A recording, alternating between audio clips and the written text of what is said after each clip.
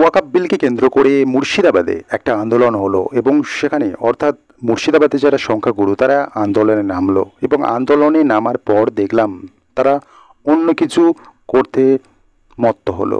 অর্থাৎ তাদের ফোকাসটা যেন ওয়াকআপ বিলের বিরোধিতা নয় বা আন্দোলন করা নয়, তাদের লক্ষ্যই যেন মুর্শিদাবাদে যারা সংখ্যালঘু হিন্দু রয়েছে তাদের নির্যাতন করা। আমরা দেখলাম সেখানে কয়েকশো পরিবার সেখান থেকে পালিয়ে গেল মালদহে, অর্থাৎ ঘর ছাড়া করলো সেই সমস্ত ব্যক্তিরা যারা ওয়াকআপ বিলের বিরোধিতার নামে আন্দোলনের আড়ালে তারা অন্য কিছু কাজ করলো এবং সেই ঘটনাকে কেন্দ্র করে এই রাজ্যে একটা হুলস্থুলুস কাণ্ড হলো। এমনকি সেখানে কেন্দ্রীয় বাহিনীকে পর্যন্ত মোতায়েন করতে হলো। রাজ্য পুলিশ কার্যত ব্যর্থ হলো পরিষেবা দিতে এবং কার্যত সেখানে একটা বেশ কিছুদিন যাবৎ কেন্দ্রীয় বাহিনী বহাল রেখে পরিস্থিতি নিয়ন্ত্রণে আনে এবং তারপর দেখলাম এই ঘটনাকে কেন্দ্র করে রাজনৈতিক পাল্টা প্রত্যুত্তর উত্তর আসতেই থাকে। একটা রাজনৈতিক মহলেও কিন্তু একটা শোরগোল পড়ে এবং আমরা দেখলাম এখানে প্রশাসনের ভূমিকা নিয়েও রাজ্যের ভূমিকা নিয়েও অনেক বিরোধী দল প্রশ্ন তোলেন। কার্যত অনেক বিরোধী দল এরকমও দাবি করে যে এখানে পুলিশ কার্যত চুপ ছিল, কার্যত তারা যেন নিস্তেজ। সেই কারণেই এই ঘটনাগুলো আরও মাথাচাড়া দিয়েছে, কিংবা বিজেপির তরফে যেরকমটা বলা হয়েছে যে অতিরিক্ত সংখ্যালঘু তোষণের কারণেই এই সমস্ত ঘটনাগুলো ঘটছে।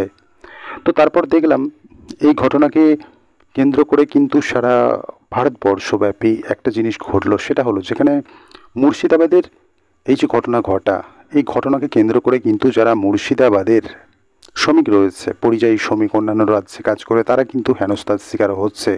সেটা নিয়েও মুখ্যমন্ত্রী মুখ খুলেছেন। সেটা নিয়ে তিনি কার্যত দেখলাম আজ যে তিনি বলছেন এই বিষয়টা। আজকে তিনি মুর্শিদাবাদে গিয়েছেন এবং সেখানে গিয়ে তিনি প্রেস কনফারেন্স করেন এবং সেই কনফারেন্সেই তিনি এই বিষয়টা তুলে ধরেন যে আমাদের রাজ্যে যারা শ্রমিক রয়েছে অন্য রাজ্যে যাচ্ছে, তাদের মুখে বাংলা ভাষা শুনলেই তারা হেনস্থার শিকার হচ্ছে এবং পাশাপাশি তিনি এক প্রকার বলা চলে একটা থ্রেটের মতোই করে একটা কথা বললেন যে আমাদের রাজ্যেও অন্যান্য রাজ্যের মানুষ কাজ করে।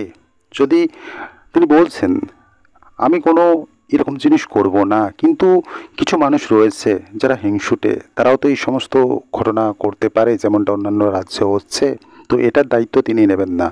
তো আলটিমেটলি তিনি কিন্তু কী ইঙ্গিত করলেন সেটা স্পষ্টত বোঝাই যাচ্ছে। এই যে মুর্শিদাবাদে ওয়াকআপ বিলের বিরোধিতা নামে যে আন্দোলন করা হলো এবং সে আন্দোলনকে ঘিরে তারপর দেখলাম সেই সমস্ত ব্যক্তিরা, সেই সমস্ত আন্দোলনকারীরা তারা হিন্দুদের ওপর চড়াও হলো।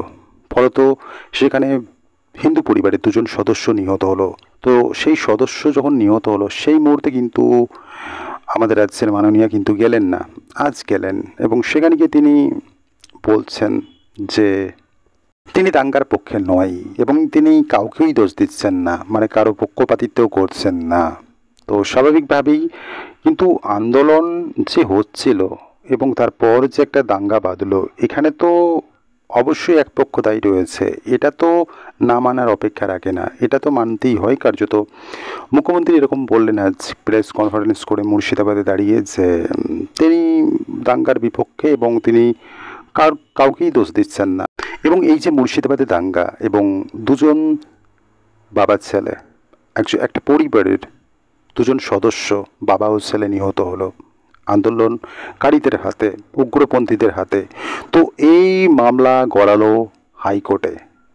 তো হাইকোর্টে যেমনটা এই যে পরিবারের যিনি মহিলা রয়েছেন বা সদস্যরা রয়েছেন, তারা কলকাতা হাইকোর্টে এইটা নিয়ে কেস করলো। তাদের স্পষ্টত দাবি রাজ্য পুলিশের ওপর তাদের ভরসা নেই, এই তদন্ত তারা সিবিআইয়ের ওপর দিতে চায়।